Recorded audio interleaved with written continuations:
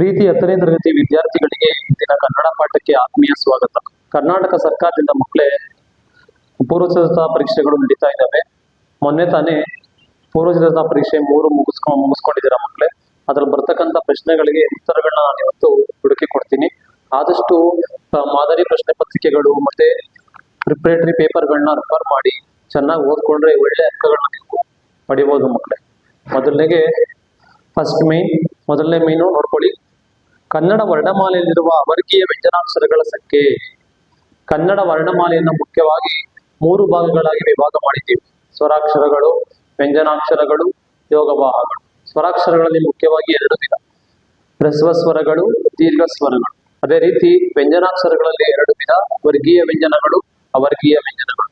ನಿಮಗೆ ಕೇಳಿರ್ತಕ್ಕಂಥ ಪ್ರಶ್ನೆ ನೋಡಿ ಮಕ್ಕಳೇ, ಕನ್ನಡ ವರ್ಣಮಾಲೆಯಲ್ಲಿರ್ತಕ್ಕಂಥ ಅವರ್ಗೀಯ ವ್ಯಂಜನಾಕ್ಷರಗಳ ಸಂಖ್ಯೆ ಎಷ್ಟು? ವರ್ಗೀಯ ವ್ಯಂಜನಗಳು ಅಂದ್ರೆ ಕಾಯಿಂದ ಮಾವರೆಗೆ: ಕ ಖ ಗ ಘ ಜ್ಞ, ಚ ಛ ಜ ಝ ಜ್ಞ, ಟ ಠ ಡ ಠ ಣ, ತ ಥ ದ ದ ನ, ಪ ಫ ಬ ಭ ಮ. ಇಷ್ಟು ವರ್ಗೀಯ ವ್ಯಂಜನಗಳು. ಅವರ್ಗೀಯ ವ್ಯಂಜನಗಳು ಅಂದ್ರೆ ಈ ವರ್ಗಕ್ಕೆ ಸೇರ್ದಲೇ ಇರ್ತಕ್ಕಂಥ ವ್ಯಂಜನಗಳನ್ನ ನಾವು ಅವರ್ಗೀಯ ವ್ಯಂಜನ ಅಂತ ಕರಿತೀವಿ. ಯಾ ಇಂದ ಳವರೆಗೆ: ಯ, ರ, ಲ, ವ, ಶ, ಸ, ಹ, ಳ. ಟೋಟಲ್ ಒಟ್ಟಾರೆ 9 ಅಕ್ಷರಗಳಿದಾವೆ. ನಿಮ್ಮ ಸರಿಯಾದಂತ ಉತ್ತರ ಎಷ್ಟಪ್ಪ ಅಂದ್ರೆ ಕನ್ನಡ ವರ್ಣಮಾಲೆಯಲ್ಲಿರುವ ವರ್ಗೀಯ ವ್ಯಂಜನಾಕ್ಷರಗಳ ಸಂಖ್ಯೆ 9 ಅಂತ ಬರೆದ್ರೆ ನಿಮ್ಮ ಉತ್ತರ ಕರೆಕ್ಟ್ ಆಗಿರುತ್ತೆ ಮಕ್ಕಳು. Next question. ದೇವೇಂದ್ರ ಪದವು ಈ ಸಂಧಿಗೆ ಸೇರಿದೆ. ದೇವೇಂದ್ರ, ದೇವ ಪ್ಲಸ್ ಇಂದ್ರ. ನಿಮ್ಗೆ ತುಂಬಾ ಸಲ ಹೇಳಿದ್ದೀನಿ ಮಕ್ಕಳೇ, ಯಾವುದೇ ಪ್ರಶ್ನೆಯನ್ನು ಕೊಟ್ರೆ ಬಿಡಿಸಿ ಬರ್ಕೊಳ್ಬೇಕು. ದೇವೇಂದ್ರ ಎಂಬುದು ಯಾವ ಸಂಧಿ? ದೇವ ಪ್ಲಸ್ ಇಂದ್ರ ಕೂಡಿಸಿ ಬರೆದಾಗ ದೇವೇಂದ್ರ. ಏಕಾರ ಬರ್ತಾ ಇದೆ, ಗುಣ ಸಂಧಿ. ಏಕಾರ, ಓಕಾರ, ಔಕಾರ ಮತ್ತೆ ಅರ್ಕಾರ ಬಂದ್ರೆ ಅದು ಗುಣಸಂಧಿ. ಒಂದು ಅಥವಾ ಅನೇಕ ವಾಕ್ಯಗಳು ಒಂದು ಪ್ರಧಾನ ವಾಕ್ಯಕ್ಕೆ ಅಧೀನವಾಗಿರ್ತಕ್ಕಂಥ ವಾಕ್ಯ. ಮಕ್ಕಳೇ, ಇದು ವಾಕ್ಯಗಳ ಪ್ರಕಾರಗಳಿಗೆ ಸಂಬಂಧಪಟ್ಟಂತ ಪ್ರಶ್ನೆ. ವಾಕ್ಯಗಳ ಪ್ರಕಾರಗಳು ಮುಖ್ಯವಾಗಿ 3 ವಿಧ.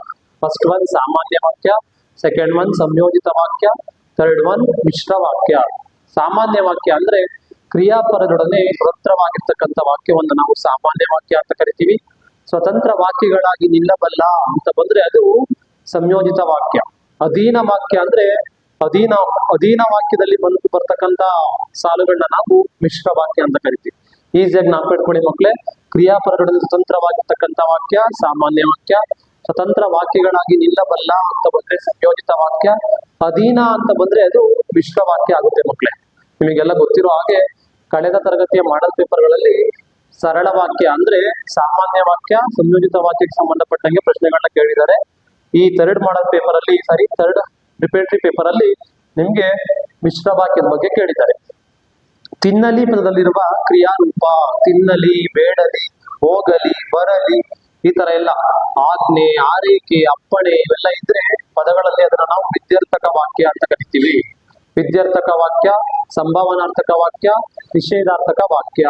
ತಿನ್ನಲಿ ವಿದ್ಯಾರ್ಥಕ, ತಿಂದಾನು ಸಂಭಾವನಾರ್ಥಕ, ತಿನ್ನನು ನಿಷೇಧಾರ್ಥಕ. ಇದಕ್ಕೆ ಸಂಬಂಧಪಟ್ಟಂಗೆ ಒಂದು ಪ್ರಶ್ನೆ ಇರುತ್ತೆ ಮಕ್ಕಳೇ.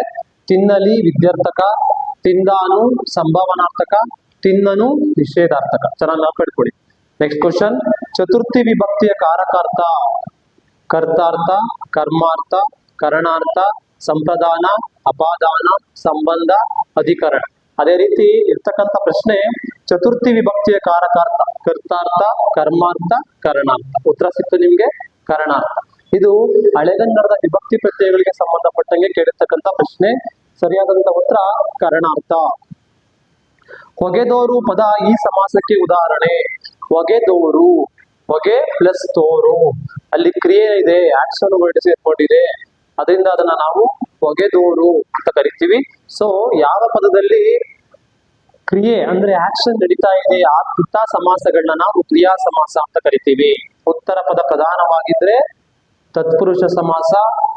ಆ ಪದದಲ್ಲಿ ಅಡ್ಡ ಹೆಸರುಗಳಿದ್ದೆ ಅದನ್ನ ನಾವು ಬಹುಬ್ರೀಹಿ ಸಮಾಸ ಅಂತ ಕರಿತೀವಿ. ಅದೇ ರೀತಿ ಆ ಗುಣವಿಶೇಷಣ ಇದ್ರೆ ಅದು ಕರ್ಮಧಾರೆಯ ಸಮಾಸ.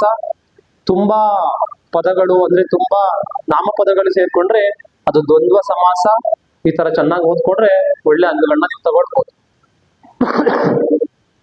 ನೆಕ್ಸ್ಟ್ ಸೆಕೆಂಡ್ ಮೇನ್ ಮಕ್ಕಳೇ, ಮೊದಲೆರಡು ಪದಗಳಿಗೆ ಸಂಬಂಧಿಸಿದಂತೆ ಮೂರನೇ ಪದಕ್ಕೆ ಸಂಬಂಧಿಸಿದ ಉತ್ತರ ಬರೆಯಿರಿ. ವಂದ್ಯ, ಬಂಜೆ, ಪಾದುಕ, ಸರಿಯಾದಂತ ಉತ್ತರ ಹಾವುಗೆ. ಇದು ಯಾವ್ದಕ್ಕೆ ಸಂಬಂಧಪಟ್ಟಿದೆ ಮಕ್ಕಳೇ? ತತ್ಸಮ ತದ್ಭವಕ್ಕೆ ಸಂಬಂಧಪಟ್ಟಂತ ಪ್ರಶ್ನೆ. ವಂದ್ಯ, ಬಂಜೆ, ಪಾದುಕ, ಹಾವುಗೆ. ಯಾರು ಪ್ರಶ್ನಾರ್ಥಕ ಸರ್ವನಾಮ. ತಾವು, ತಾನು, ತಮ್ಮ ಅಂತ ಬಂದ್ರೆ ಅದು ಆತ್ಮಾರ್ಥಕ ಸರ್ವನಾಮ. ಯಾರು ಎನ್ನುವುದು ಪ್ರಶ್ನಾರ್ಥಕ ಸರ್ವನಾಮ. ಚೆನ್ನಾಗಿ ಸಾಮಾನ್ಯಾರ್ಥಕ ವ್ಯಯ. ಉಂಟು ಕ್ರಿಯಾರ್ಥಕ ವ್ಯಯ. ಕ್ರಿಯೆಯನ್ನ ಅಲ್ಲಿ ನಿಲ್ಸೋ ಸಮಯದಲ್ಲಿ ನಾವು ಬಳಸ್ತಕ್ಕಂಥ ಪದವನ್ನೇ ಕ್ರಿಯಾರ್ಥಕ ವ್ಯಯ ಅಂತ ಕರಿತೀವಿ. ಕ್ರಿಯೆ ಯಾವ ರೀತಿ ನಡೀತು ಅಂತ ಹೇಳೋದನ್ನ ನಾವು ಸಾಮಾನ್ಯಾರ್ಥಕ ವ್ಯಯ ಅಂತ ಕರಿತೀವಿ. ಸಿರಿವಂತ, ತದಿತಂತ ಭಾವನಾ. ಸಿರಿತನ, ಕೃದಂತ ಭಾವನಾಮ. ನೆಕ್ಸ್ಟ್ ಒಂದು ವಾಕ್ಯಗಳಿಗೆ ಸಂಬಂಧಪಟ್ಟಂಗೆ ಭಾಷೆ ಯಾವುದಕ್ಕೆ ಸಾಧನವಾಗಿದೆ? ಭಾಷೆ ವಿಚಾರ ವಿನಿಮಯ ಮಾಡೋದಕ್ಕೆ ಮತ್ತೆ ತಮ್ಮ ಭಾವನೆಗಳನ್ನ ಬೇರೆಯವ್ರ ಜೊತೆ ವ್ಯಕ್ತಪಡಿಸೋದಕ್ಕೆ ಭಾಷೆ ಸಾಧನವಾಗಿದೆ. ಶಾನುಭೋಗರ ಬ್ರಹ್ಮಾಸ್ತ್ರ ಯಾವುದು? ಶಾನುಭೋಗರ ಬ್ರಹ್ಮಾಸ್ತ್ರ ಕೀರ್ತಿ ಪುಸ್ತಕ. ಶಾನುಭೋಗರ ರಾಜಭಕ್ತಿಯ ಲಾಂಛನ ಕೀರ್ತಿ ಪುಸ್ತಕ. ಈ ತರ ಪ್ರಶ್ನೆಗಳನ್ನ ಕೇಳ್ತಾರೆ, ಚೆನ್ನಾಗಿ ಓದ್ಕೊಳ್ಳಿ. ಆಂಗ್ಲ ಸಾಮ್ರಾಜ್ಯದ ವೈಭವ ಕಂಡು ಬರ್ತಕ್ಕಂಥ ಓಣಿ ಯಾವ್ದಪ್ಪ ಅಂದ್ರೆ ಚೇರಿಂಗ್ ಕ್ರಾಸ್. ಲಂಡನ್ ನಲ್ಲಿ ಚೇರಿಂಗ್ ಕ್ರಾಸ್ ಅಲ್ಲಿ ಆಂಗ್ಲ ಸಾಮ್ರಾಜ್ಯದ ವೈಭವ ಕಂಡು ಬರ್ತದೆ. ಪಂಡಿತರಾದ ಅಗ್ನಿಭೂತಿ ವಾಯುಭೂತಿಯರಿಗೆ ದೊರೆತ ಪದವಿ ಯಾವುದು? ಮಂತ್ರಿ ಪದವಿ. ರಾಜನಿಂದ ತಿರಸ್ಕೃತರಾಗಿ ಹೋದಂತ ಅಗ್ನಿಭೂತಿ ಮತ್ತೆ ವಾಯುಭೂತಿ ಕಡೆಯಲ್ಲಿ ಅವರಿಗೆ ಯಾವ ಪದವಿಯನ್ನ ಕೊಡ್ತಾರಪ್ಪ ಅಂದ್ರೆ ಮಂತ್ರಿ ಪದವಿ. ಯಾಕಪ್ಪ ಅಂದ್ರೆ ಸೂರ್ಯ ಮಿತ್ರನ ಹತ್ರ ಅವರು ಒಳ್ಳೆ ವಿದ್ಯೆಯನ್ನ ಕಲ್ತ್ಕೊಂಡು ಬಂದಾಗ ಅವರಿಗೆ ಮಂತ್ರಿ ಪದವಿಯನ್ನ ಕೊಟ್ಟು ಗೌರವವನ್ನ ಸೂಚಿಸ್ತಾರೆ. ಅಲಗಲಿ ಗುರುತು ಉಳಿಯದಂತಾಯಿತು ಏಕೆ? ಅಲಗಲಿ ನಿಶಸ್ತ್ರೀಕರಣ ಕಾಯ್ದೆಯನ್ನು ಜಾರಿಗೆ ತಂದ ಮೇಲೆ ಅಲಗಲಿಗೆ ಬಂದಂತ ಬ್ರಿಟಿಷರು ಅಲಗಲಿನ ಸುಟ್ಟು ಬೆಂಕಿ ಇಟ್ಟು ಅದನ್ನ ಗುರುತು ಉಳಿಯೋದಷ್ಟು ನಾಶ ಮಾಡಾಕ್ತಾರೆ. ಅದರಿಂದ ಅಲಗಲಿ ಗುರುತು ಉಳಿಯೋದಷ್ಟು ಸುಟ್ಟೋಯ್ತು. ಅಲಗಲಿಗೆ ಬ್ರಿಟಿಷರು ಬೆಂಕಿ ಇಟ್ಟಿದ್ದರಿಂದ ಅಲಗಲಿ ಗುರುತುಳಿಯದಂತೆ ಹೋಯ್ತು ಅಂತ. ದ್ರೋಣರು ಪರಶುರಾಮನ ಬಳಿಗೆ ಏಕೆ ಬಂದರು? ದ್ರವ್ಯವನ್ನು ಬೇಡಿ ಬಂದರು. ಕೆಲವಷ್ಟು ಹಣ ಸಹಾಯವನ್ನ ಬೇಡ್ಕೊಂಡು ತನ್ನ ಮಗನಾಗಿರ್ತಕ್ಕಂಥ ಅಶ್ವತ್ಥಾಮನನ್ನ ಕರ್ಕೊಂಡು ಯಾರು ಬರ್ತಾರೆ? ದ್ರೋಣಾಚಾರ್ಯರು ಬರ್ತಾರೆ. ಪುಟ್ಟಪೋರಿಯ ಅಮ್ಮನ ತೂತು ಬಿದ್ದ ಸೀರೆಯಲ್ಲಿ ಯಾರು ಸೊರಗಿದ್ದಾರೆ? ಪುಟ್ಟಪೋರಿಯ ಅಮ್ಮನ ತೂತು ಬಿದ್ದ ಸೀರೆಯಲ್ಲಿ ಬಾಲರವಿ ಸೊರಗಿದ್ದಾನೆ. ಬಾಲರವಿ ಎಲ್ಲಿ ತಳತಳಿಸುತ್ತಿದ್ದಾನೆ? ಬಾಲರವಿ ಒಡೆಯನ ಅಂಗಳದಲ್ಲಿರ್ತಕ್ಕಂಥ ರಂಗೋಲಿಯಲ್ಲಿ ತಳತಳಿಸುತ್ತಾ ಇದ್ದಾನೆ, ಅಲ್ಲಿ ನಗ್ತಾ ಇದ್ದಾನೆ. ಆತ ಎಲ್ಲಿ ಸೊರಗಿದ್ದಾನೆ? ಅಮ್ಮನ ತೂತು ಬಿದ್ದ ಸೀರೆಯಲ್ಲಿ ಬಾಲರವಿ ಸೊರಗಿದ್ದಾನೆ. ಪುಟ್ಟಪೋರಿ ಏನು ಮಾಡುತ್ತಿದ್ದಾಳೆ? ಈ ತರ ಪ್ರಶ್ನೆಗಳು ಬರ್ತವೆ ಮಕ್ಕಳೇ. ವಸಂತ ಮುಖ ತೋರದಿಲ್ಲ ಪಾಠದಲ್ಲಿ 2 ಮಾರ್ಕ್ಸ್ಗೆ 3 ಮಾರ್ಕ್ಸ್ಗೆ ಪ್ರಶ್ನೆ ಇರುತ್ತೆ ನಿಮ್ಗೆ. ಆದ್ರಿಂದ ಆದಷ್ಟು ಚೆನ್ನಾಗಿ ಓದ್ಕೊಳ್ಳಿ. ನೆಕ್ಸ್ಟ್ ಮೇನ್ ಮಕ್ಕಳೇ 3-4 ವಾಕ್ಯದಲ್ಲಿ ಉತ್ತರಿಸಿ. ಕನ್ನಡ ಭಾಷೆ ಹದಗೊಂಡ ಬಗೆ ಹೇಗೆ? ಕನ್ನಡ ಭಾಷೆ ಯಾವ ರೀತಿ ಬೆಳವಣಿಗೆ ಹೊಂದಿತು? ಕವಿ ಮತ್ತೆ ಕವಿ ಪುಂಗವರ ಸಾಧನೆಗಳೇನು? ಅದು ಬರುತ್ತೆ ಮಕ್ಕಳೇ ಆನ್ಸರ್. ಅದನ್ನ ಚೆನ್ನಾಗಿ ಓದ್ಕೊಳ್ಬೇಕು. ಕುಮಾರವ್ಯಾಸ, ಅಲ್ಲಮ ಪ್ರಭು, ಚಾಮರಸ ಇವರೆಲ್ಲ ಬರ್ತಾರೆ ಅಲ್ಲಿ. ಅದನ್ನ ಮತ್ತೆ ಕನಕದಾಸರು, ಪುರಂದರದಾಸರು, ಬಸವಣ್ಣ ಇವ್ರ ಬಗ್ಗೆ ನೀವು ಬರೆದಾಗ 2 ಅಂಕಗಳು ನಿಮ್ಗೆ ಸಿಗುತ್ತೆ.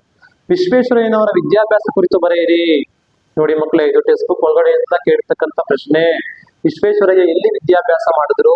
ಪ್ರಾಥಮಿಕ ಶಿಕ್ಷಣ ಚಿಕ್ಕಬಳ್ಳಾಪುರದಲ್ಲಿ, ಹೈಸ್ಕೂಲ್ ಶಿಕ್ಷಣ SDN ಪ್ರೌಢಶಾಲೆ, ಮುಂದೆ ಸೆಂಟ್ರಲ್ ಕಾಲೇಜಲ್ಲಿ ಅವರು ಇಂಟರ್ಮೀಡಿಯೇಟ್ ಮತ್ತೆ BA ಪದವಿಯನ್ನ ಮುಗಿಸ್ತಾರೆ. ಇಷ್ಟು ನೀವು ಬರೆದ್ರೆ 2 ಅಂಕಗಳು.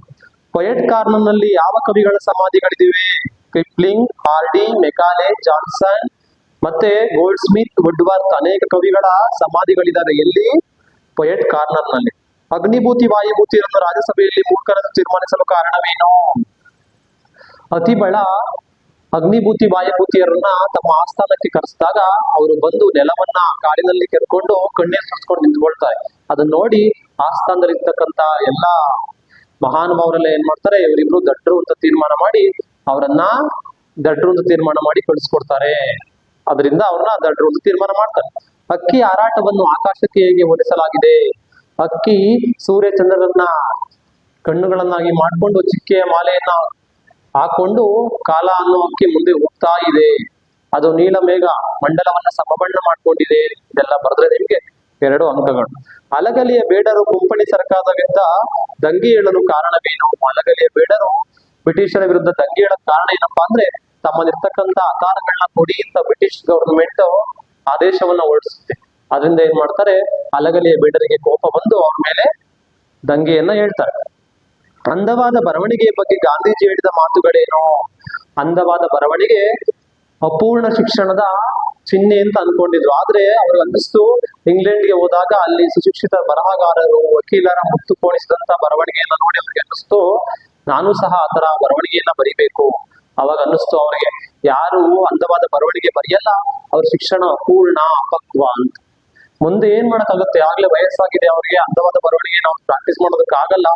ಅದನ್ನ ಹೇಳ್ತಾರೆ, ಸುಟ್ಟ ಮಡಿಕೆಗೆ ಮಣ್ಣನ್ನು ಮೆತ್ತದಂಗೆ ಆಗ್ಬಿಡುತ್ತೆ ಅಂತ. ಅಂದವಾದ ಬರವಣಿಗೆ ತುಂಬಾ ಮುಖ್ಯ ಜೀವನಕ್ಕೆ ಅಂತ ಅನ್ಕೊಂಡ್ರು. ಅದೇ ರೀತಿ ಒಂದು ಶಿಕ್ಷಣಕ್ಕೆ ಅಂದವಾದ ಬರವಣಿಗೆ ತುಂಬಾ ಮುಖ್ಯ ಅಂತ ಅವರು ಯುವಕ ಯುವತಿಯರಿಗೆ ಅದನ್ನ ಸಾರಿ ಹೇಳಿದ್ರು.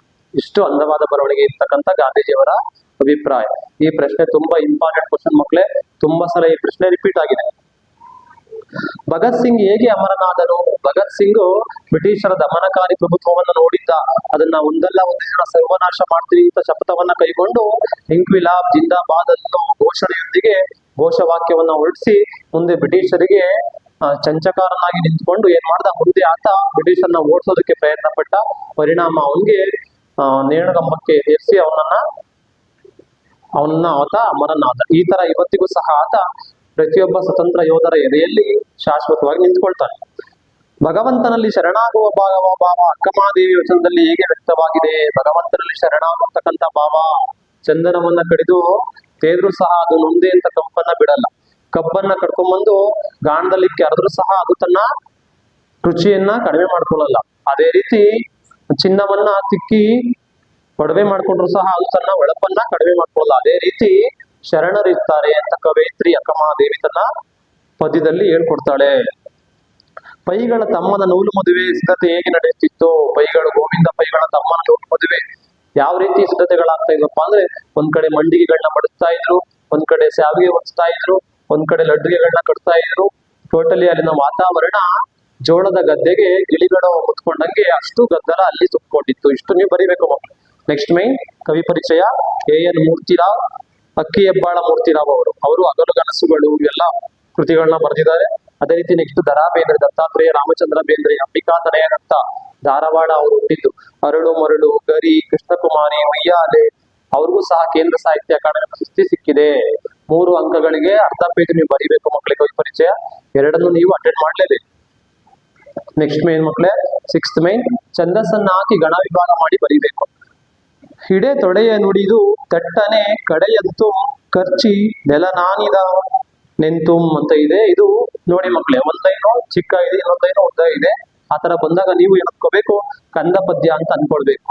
4 4 4 ಎಷ್ಟಾಯ್ತು? 12 ಆಗುತ್ತೆ ಫಸ್ಟ್ ಲೈನಲ್ಲಿ. ಸೆಕೆಂಡ್ ಲೈನಲ್ಲಿ 20 ಬರುತ್ತೆ. ಹಾಕಿದ್ರೆ ಆ ತರ ಬಂದ್ರೆ ಅದು ಕಂದ ಪದ್ಯ ಅಂತ ಬರಿಬೇಕು. ಮೇಲ್ಗಡೆ 4 4 ಅಂತ ಡಿವೈಡ್ ಮಾಡ್ಬೇಕು. ಲಾಸ್ಟ್ ಅಲ್ಲಿ 12 ಅಂತ ಬರ್ದಿರ್ಬೇಕು. ಕೆಳಗಡೆ ಲಾಸ್ಟ್ ಅಲ್ಲಿ 20 ಅಂತ ಬರ್ದಿರ್ಬೇಕು. ಆ ತರ ಬರೆದ್ರೆ ನಿಮ್ಗೆ 3 ಅಂಕಗಳು. ಕೆಳಗಿನ ವಾಕ್ಯದಲ್ಲಿರ್ತಕ್ಕಂಥ ಅಲಂಕಾರ ಹೆಸರಿಸಿ ಲಕ್ಷಣ ಬರೆದು ಸಮನ್ವಯಗೊಳಿಸಿ. ಅಲಂಕಾರ ಯಾವುದು ಅಂತ ಬರಿಬೇಕು. ಹಳ್ಳಿರಿ ತಿಪ್ಪ ಎಮ್ಮ ಒಡಲ ಬೇಗೆಯ ಬೆಂಕಿಯುರಿ ನಿನ್ನ ನದಿಯದೆ ಬೇಡು ವಿಶ್ವಾಮಿತ್ರ. ಇದು ರೂಪಕಾಲಂಕಾರಕ್ಕೆ ಸೇರಿದೆ ಮಕ್ಕಳೇ. ಕವಿ ಇಲ್ಲಿ ರೂಪಕಗಳನ್ನ ಕೊಟ್ಟು ಹೇಳಿರೋದ್ರಿಂದ ಇದು ರೂಪಕಾಲಂಕಾರ. ರೂಪಕಾಲಂಕಾರ ಅಂದ್ರೆ ಏನಂತ ನೀವು ಬರಿಬೇಕು. ಅಭೇದವನ್ನ ಕಲ್ಪಿಸಿ ಹೇಳೋದು ಅಂದ್ರೆ ಉಪಮೇಯ ಉಪಮಾನ ಎರಡು ಒಂದೇ ಅಂತ ಹೇಳೋದನ್ನ ನಾವು ರೂಪಕಾಲಂಕಾರ ಅಂತ ಕರಿತೀವಿ. ನೆಕ್ಸ್ಟ್ ಅದೇ ರೀತಿ ಗಾದೆ, ನಿಮ್ಗೆಲ್ಲ ಗೊತ್ತು. ಗಾದೆ ಎಂಬುದು ವೇದಕ್ಕೆ ಸಮಾನ. ವೇದಗಳು ಸುಳ್ಳಾದರೂ ಗಾದೆಗಳು ಸುಳ್ಳಾಗುವುದಿಲ್ಲ. ಗಾದೆಗಳು ಹಿರಿಯರ ಅನುಭವದ ಮಾತುಗಳಾಗಿವೆ. ಅಂತಹ ಜನಪ್ರಿಯ ಗಾದೆಗಳಲ್ಲಿ ಈ ಗಾದೆಯು ಒಂದಾಗಿದೆ ಅಂತ ಬರೆದು ಆಮೇಲೆ ನೀವು ಸ್ಟಾರ್ಟ್ ಮಾಡ್ಬೇಕು. ಹಾಸಿಗೆ ಇದ್ದಷ್ಟು ಕಾಲು ಚಾಚು. ಮನುಷ್ಯನಿಗೆ ಅತಿಯಾಸ ಇರಬಾರ್ದು, ಇರೋದ್ರಲ್ಲೇ ಖುಷಿಯನ್ನು ಪಡ್ಬೇಕು ಅಂತ ಈ ಗಾದೆ ತಿಳಿಸ್ಕೊಡುತ್ತೆ. ಅದಕ್ಕೆ ಸಂಬಂಧಪಟ್ಟಂಗೆ ಸ್ವಲ್ಪ ಉದಾಹರಣೆಗಳನ್ನ ಬರೆದಾಗ ನಿಮ್ಗೆ 3 ಅಂಕಗಳು ಸಿಗ್ತವೆ. ಕೂಡಿ ಬಾಳಿದರೆ ಸ್ವರ್ಗ ಸುಖ ಅಂದ್ರೆ ನಾವು ಒಟ್ಟಾಗಿ ಜೀವನವನ್ನ ಮಾಡ್ತಾ ಇರೋದು, ಎಲ್ಲರ ಜೊತೆ ಚೆನ್ನಾಗಿರ್ಬೇಕು ಅಂತ ಈ ಗಾದೆ ತಿಳಿಸ್ಕೊಡುತ್ತೆ. 3 ಅಂಕಗಳಿಗೆ ಮುಖ್ಯವಾಗಿ ನೀವು 3/4 ಭಾಗ ಬರಿಬೇಕಾಗುತ್ತೆ. ನೆಕ್ಸ್ಟ್ ಮೈನ್ ಸಂದರ್ಭ ಸಹಿತ ಸ್ವಾರಸ್ಯ ಬರೆಯಿರಿ. ತಾವು ಕಡಿಮೆ ಮಾತನಾಡಿದ್ದೀರಿ, ಹೆಚ್ಚು ಕೆಲಸ ಮಾಡಿದ್ದೀರಿ. ನೋಡಿ ಮಕ್ಕಳೇ, ತುಂಬಾ ಮಾಡಲ್ ಪೇಪರ್ ಅಲ್ಲಿ ಈ ಕ್ವಶನ್ ಬಂದಿದೆ. ಈಗ ಈ ವಾಕ್ಯವನ್ನ ಯಾರು ಹೇಳಿದ್ರಪ್ಪ ಅಂದ್ರೆ, ನೆಹರೂರವರು ವಿಶ್ವೇಶ್ವರಯ್ಯನವರ ಜನ್ಮ ಶತಮಾನೋತ್ಸವ ಕಾರ್ಯಕ್ರಮದಲ್ಲಿ ಈ ಮಾತನ್ನ ಹೇಳ್ತಾರೆ. ನೀವು ತುಂಬಾ ಕಡಿಮೆ ಮಾತಾಡ್ತೀರಿ, ಹೆಚ್ಚು ಕೆಲಸ ಮಾಡ್ತೀರಿ ಅಂತ ನೆಹರೂರವರು ಹೊಗಳಿದ್ದು ಯಾರನ್ನ? ವಿಶ್ವೇಶ್ವರಯ್ಯನವರು. ಅದೇ ಈ ಪದ್ಯ ಈ ಸಾಲಿನ ಸಾರಾಂಶವಾಗಿದೆ. ಪಾಠ 1 ಭಾಗ್ಯಶಿಲ್ಪಿಗಳು. ಕವಿ ಯಾರಪ್ಪ ಅಂದ್ರೆ DS ಜಯಪ್ಪ ಗೌಡ. ನಿಲ್ಸಿ ನನ್ನ ಮಕ್ಕಳ, ಇದು ಬರ್ತಕ್ಕಂಥದ್ದು ಎದೆಗೆ ಬಿದ್ದ ಅಕ್ಷರ ಪಾಠ. ಅದ್ರಲ್ಲಿ ಬರ್ತಕ್ಕಂಥ ಸಿದ್ಧಲಿಂಗಯ್ಯನವರು ಹೇಳಿದಂತ ಕಥೆಯನ್ನ ದೇವನೂರು ಮಹಾದೇವ ಹಂಚ್ಕೊಂಡಿದ್ದಾರೆ. ಅದನ್ನ ನಾವಿಲ್ಲಿ ಬರೀಬೇಕು. ಮನೆ ಮಂಚಮ್ಮ ಆವಾಹನೆ ಮಾಡ್ಕೊಂಡ್ಮೇಲೆ ಮನೆ ಮಂಚಮ್ಮ ಬಂದು ಈ ಮಾತನ್ನ ಹೇಳೋದು, ನನಗೆ ಮನೆ ಕಟ್ತಿದ್ದೀರಾ, ಫಸ್ಟ್ ನೀವು ಮನೆ ಕಟ್ಕೊಳ್ಳಿ ಅಂತ. ಈ ಮಳೆಯಲ್ಲಿ ಈ ಕತ್ತಲಲ್ಲಿ ನಾನು ಯಾರನ್ನು ಕರೆಯಲಿ, ಮುದುಕಿ ಹೇಳ್ತಕ್ಕಂಥ ಮಾತು. ಮುದುಕಿ ಯಾವ ಪಾಠದಲ್ಲಿ ಬರ್ತಾಳಪ್ಪ ಅಂದ್ರೆ ಯುದ್ಧ ಎನ್ನೋ ಪಾಠದಲ್ಲಿ ಬರೋದು. ಸಾರಾ ಅಬೋಕರ್ ಬರ್ತಿರ್ತಕ್ಕಂಥದ್ದು ಚಪ್ಪಲಿ ಕಥಾ ಸಂಕಲನ. ಅದೇ ರೀತಿ ಪಾಠ ಬಂದು ಯುದ್ಧ ಪಾಠ. ಮುನ್ನಮ ನಿರ್ಭಾರವನ್ನು ಇಕ್ಕುವೇನ್ ಅಂದ್ರೆ ಮೊದಲು ಅವರಿಬ್ಬರನ್ನ ಸಾಯಿಸ್ತೀನಿ. ಯಾರು ಹೇಳ್ತಕ್ಕಂಥ ಮಾತಪ್ಪ ಅಂದ್ರೆ ದುರ್ಯೋಧನ. ಇಬ್ಬರು ಅಂತ ಬಂದ ನಿಮ್ಗೆ ಅರ್ಥ ಆಗುತ್ತೆ ಮಕ್ಳೇ. ಇದು ಟೆಕ್ಸ್ಟ್ ಬುಕ್ ಒಳಗಡೆ ಕೇಳಿರ್ತಕ್ಕಂಥ ಪ್ರಶ್ನೆ ಮಕ್ಳೇ. ಮುನ್ನ ಅವರಿಬ್ಬರನ್ನ ಇಕ್ಕುವೇನು ಅಂತ ಇದೆ. ಮೊದಲು ಅವರಿಬ್ಬರನ್ನ ಸಾಯಿಸ್ತೀನಿ. ದುರ್ಯೋಧನನ್ಗೆ ಪಾಂಡವರನ್ನ ಸಾಯಿಸ್ಬೇಕು ಅನ್ನೋ ಹುಚ್ಚು. ಯಾಕಪ್ಪ ಅಂದ್ರೆ ತನ್ನ ತಮ್ಮನಾಗಿರ್ತಕ್ಕಂಥ ದುಶ್ಯಾಸನ ಮತ್ತೆ ಪ್ರೀತಿಯ ಸ್ನೇಹಿತನಾಗಿರ್ತಕ್ಕಂಥ ಕರ್ಣನ್ನ ಸಾಯಿಸ್ತಾರೆ. ಯಾರಪ್ಪ ಅಂದ್ರೆ ಭೀಮ ಮತ್ತೆ ಅರ್ಜುನ. ಅವರಿಬ್ಬರನ್ನ ಸಾಯಿಸ್ಬಿಟ್ಟು ಧರ್ಮರಾಯನ್ ಜೊತೆ ನಾನು ಸಂಧಿಯನ್ನ ಮಾಡ್ಕೊಳ್ತೀನಿ ಅಂತ ಹೇಳ್ತಾನೆ. ಯಾರು? ದುರ್ಯೋಧನ. ಈ ಮಾತನ್ನ ಯಾರಿಗೆ ಹೇಳ್ತಾನೆ? ತನ್ನ ಅಜ್ಜನಾಗಿರ್ತಕ್ಕಂಥ ಭೀಷ್ಮಾಚಾರ್ಯರಿಗೆ ಹೇಳ್ತಾನೆ. ಪದ್ಯ ಬಂದು ಚಲವನೆ ಮೆರೆವೆ. ಕವಿ ಯಾರಪ್ಪ ಅಂದ್ರೆ ರನ್ನ. ಸಾಹಸ ಭೀಮ ವಿಜಯ. ಅಕ್ಕಿಯ ಕೊರಳಿಂಪು ಹಸಿರು. ಮಕ್ಕಳು ನಿಮಗೆ ತುಂಬಾ ಸಲ ಹೇಳಿದೀನಿ. ಹಸಿರು ಪಯಮಲ್ಲಿ ಒಂದು ಕ್ವಶನ್ ತುಂಬಾ ಇಂಪಾರ್ಟೆಂಟ್. 3 ಅಂಕಗಳಿಗೆ ಇರುತ್ತೆ. ಸಂದರ್ಭ ಚೆನ್ನಾಗಿ ಓದ್ಕೊಳ್ಳಿ. ಕವಿ ಕುವೆಂಪುರವರಿಗೆ ಕವಿಶೇರದಲ್ಲಿ ನೋಡೋದೆಲ್ಲ ಹಸಿರಾಗೆ ಕಾಣಿಸ್ತಾ ಇದೆ. ಹಸುರಾಗಸ, ಹಸಿರು ಮುಗಿಲು, ಹಸಿರು ಗದ್ದೆಯ ಬಯಲು, ಹಸಿರು ಮಲೆ, ಹಸಿರು ಕಣಿವೆ, ಹಸಿರು ಸಂಜೆ ಈ ಬಿಸಿಲು. ಕವಿಗೆ ಅವರ ಆತ್ಮನು ಸಹ ಹಸಿರಾಗಿ ಕಾಣಿಸ್ತಾ ಇದೆ. ಪಕ್ಷಿಕಾಶಿ ಕವನ ಸಂಕಲನ ಹಸುರು ಪದ್ಯ. ಈಗಳೊಂದು ಅಡಿಕೆಯೂ ಇಲ್ಲ ಕೈಯೋಳ್. ಈಗ ನನ್ನ ಹತ್ರ ಒಂದು ಅಡಿಕೆನೂ ಇಲ್ಲ. ತಕ್ಷಣ ನೀವು ಹೋಗ್ಬೇಕು ಲಾಸ್ಟ್ ಪಯಂ ಯಾವ್ದಪ್ಪ ಅಂದ್ರೆ ಕೆಮ್ಮೆನೆ ಮೀಸೆ ಒತ್ತನೆ. ಪಂಪ ಬರೆತಕ್ಕಂಥ ಪದ್ಯ ಇದು. ಈ ಪದ್ಯದಲ್ಲಿ ಹೇಳ್ತಾರೆ ಪರಶುರಾಮರು ದ್ರವ್ಯವನ್ನ ಬೇಡಿ ಬರ್ತಾರೆ. ಯಾರು? ದ್ರೋಣಾಚಾರ್ಯರು. ಅವ್ರು ಹೇಳ್ತಾರೆ, ಈಗ ನನ್ನ ಹತ್ರ ಒಂದ್ ಕೈಲಿ ಒಂದು ಅಡಿಕೆನೂ ಇಲ್ಲ. ಇರೋದೆಲ್ಲ ಏನ್ ಮಾಡ್ದೆ? ದಾನ ಮಾಡ್ದೆ. ಸ್ವಲ್ಪ ಭೂಮಿ ಇತ್ತು, ಬೇಡಿ ಬಂದವರಿಗೆ ಕೊಟ್ಟೆ. ಒಡವೆಗಳನ್ನ ಗುರುಗಳಿಗೆ ಕೊಟ್ಟೆ. ಒಡವೆಗಳನ್ನ ಬೇಡಿ ಬಂದವರಿಗೆ ಕೊಟ್ಟೆ, ಭೂಮಿಯನ್ನ ಗುರುಗಳಿಗೆ ಕೊಟ್ಟೆ ಅಂತ ಹೇಳ್ತಾರೆ. ಯಾರು? ಪರಶುರಾಮ್. ಈ ಬರಿಬೇಕು ಮಕ್ಳೇ. ವಿಕ್ರಮಾರ್ಜುನ ವಿಜಯ. ಪದ್ಯ ಬಂದು ಕೆಮ್ಮನೆ ಮೀಸೆ ಒತ್ತನೆ. ಕವಿ ಬಂದು ಪಂಪ. ಇಷ್ಟು ಬರೆದ್ರೆ ನಿಮ್ಗೆ 3 ಅಂಕಗಳು. ನೋಡಿ ಮಕ್ಳೇ, ಆಯ್ಕೆ ಬರೆದ್ರೆ 1 ಅಂಕ, ಸಂದರ್ಭ ಬರೆದ್ರೆ 1 ಅಂಕ, ಸ್ವಾರಸ್ಯ ಬರೆದ್ರೆ 1 ಅಂಕ. ಇಷ್ಟು ಬರೆದ್ರೆ ನೀವು 3 ಅಂಕಗಳು. 6 ಇದ್ರೆ 6 3 18 ಅಂಕಗಳು ನಿಮ್ಗೆ ಮಕ್ಳೇ. ಅದರಿಂದ ಏನ್ ಮಾಡಿ, ಪ್ರಶ್ನೆನ ಕರೆಕ್ಟ್ ಆಗಿ ಓದ್ಕೊಂಡು ಆದಷ್ಟು ಅಟೆಂಡ್ ಮಾಡಿ. ಪದ್ಯ: ಕಲುಷಿತವಾದಿ ನದಿ ಜಲಗಳಿಗೆ ಮುಂಗಾರಿನ ಮಳೆ ಆಗೋಣ, ಬರಡಾಗಿರುವಿ ಕಾಡು ಬೇಡುಗಳ ವಸಂತವಾಗುತ್ತ ಮುಟ್ಟೋಣ. ಇದು ತುಂಬಾ ಈಸಿ ಪೊಯಮ್ಮು. ಈಸಿಯಾಗಿ ಬರೆದು ಮಾರ್ಕ್ಸ್ ತಗೊಳ್ಬಹುದು. ಕವಿ ಹೆಸರು, ಪದ್ಯದ ಹೆಸರು ಬರೆದ್ರೆ 4 ಅಂಕಗಳು ನಿಮ್ಗೆ. ಮರಳು ಮಾಧವ ಮಹಿಯ ರಾಜ್ಯದ ಸಿರಿಗೆ ಸೋಲುವವನಲ್ಲ.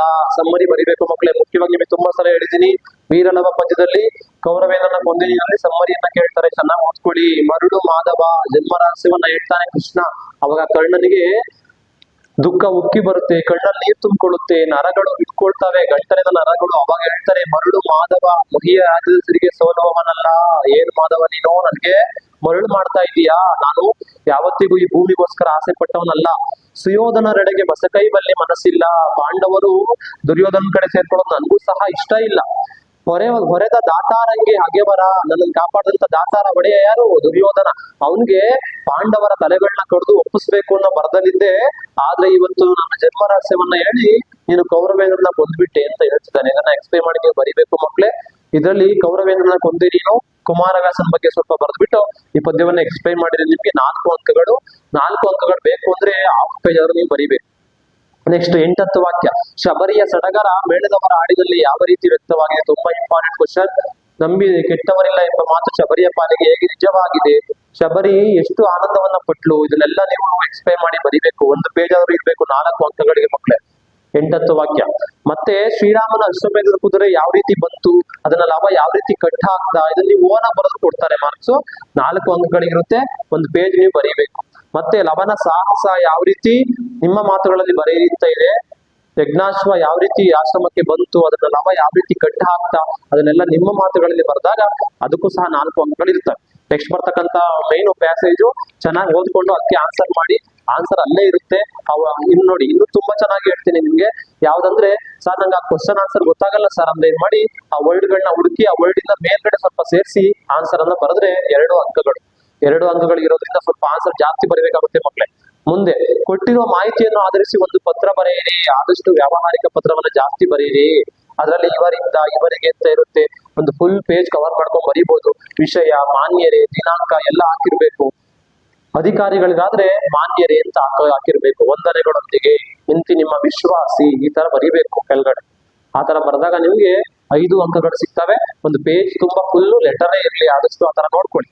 ಮುಂದೆ ಒಂದು ವಿಷಯಕ್ಕೆ ಸಂಬಂಧಿಸಿದಂತೆ ಪ್ರಬಂಧ ಬರೆಯಿರಿ. ಗ್ರಾಮ ಸ್ವರಾಜ್ಯ, ಗ್ರಾಮದಲ್ಲಿ ಎಲ್ಲಾ ರೀತಿಯ ಆಡಳಿತ ಪದ್ಧತಿಗಳು ಇರಬೇಕು.